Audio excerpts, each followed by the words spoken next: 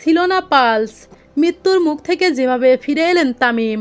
দর্শক, বাংলাদেশের ক্রিকেটের অভিজ্ঞ ব্যাটসম্যান তামিম ইকবাল আজ সকালে এক গুরুতর পরিস্থিতির সম্মুখীন হয়েছিলেন।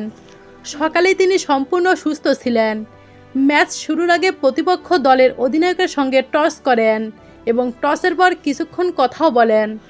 তবে কিছু সময় পরেই পুরো পরিস্থিতি পাল্টে যায়। টসের পর ড্রেসিং রুমে ফেরার কিছুক্ষণ পর তামিম বুকে তীব্র ব্যথা অনুভব করেন। প্রথমে বিষয়টি সাধারণ মনে হলেও খুব দ্রুত তা গুরুতর হয়ে ওঠে। দলের ফিজিও তাকে পরীক্ষা করে দেখেন এবং দ্রুত হাসপাতালে পাঠানোর সিদ্ধান্ত নেন। মাঠে থাকা অ্যাম্বুলেন্সে করে তাকে তৎক্ষণাৎ হাসপাতালে নিয়ে যাওয়া হয়। হাসপাতালে পৌঁছানোর পর প্রথমে কিছু পরীক্ষা করা হয়। ইসিজি ভালো হলেও আরেকটি পরীক্ষায় তামিমের হৃৎপিণ্ডের সমস্যা হওয়ার ইঙ্গিত পাওয়া যায়। কিছু সময় তামিমের শারীরিক অবস্থার উন্নতি হয়, তিনি কথা বলছিলেন। তবে হঠাৎ তার অবস্থার আরও অবনতি ঘটে।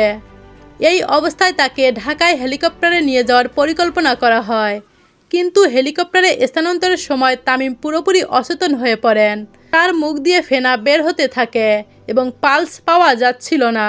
অতি শীঘ্রই চিকিৎসকরা পরিস্থিতি পর্যালোচনা করে স্থানীয় হাসপাতালেই তাকে চিকিৎসা চালিয়ে যাওয়ার সিদ্ধান্ত নেন, কারণ দীর্ঘ ভ্রমণ তার জীবনকে আরও বিপদে ফেলতে পারত।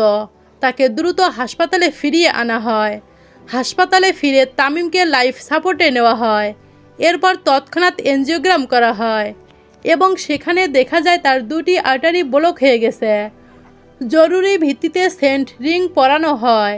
তো দর্শক, ছিল না পালস, মৃত্যুর মুখ থেকে যেভাবে ফিরে এলেন তামিম, এতে আপনাদের গুরুত্বপূর্ণ মতামত কি জানিয়ে দিন আমাদের ভিডিওর কমেন্ট বক্সে। ধন্যবাদ।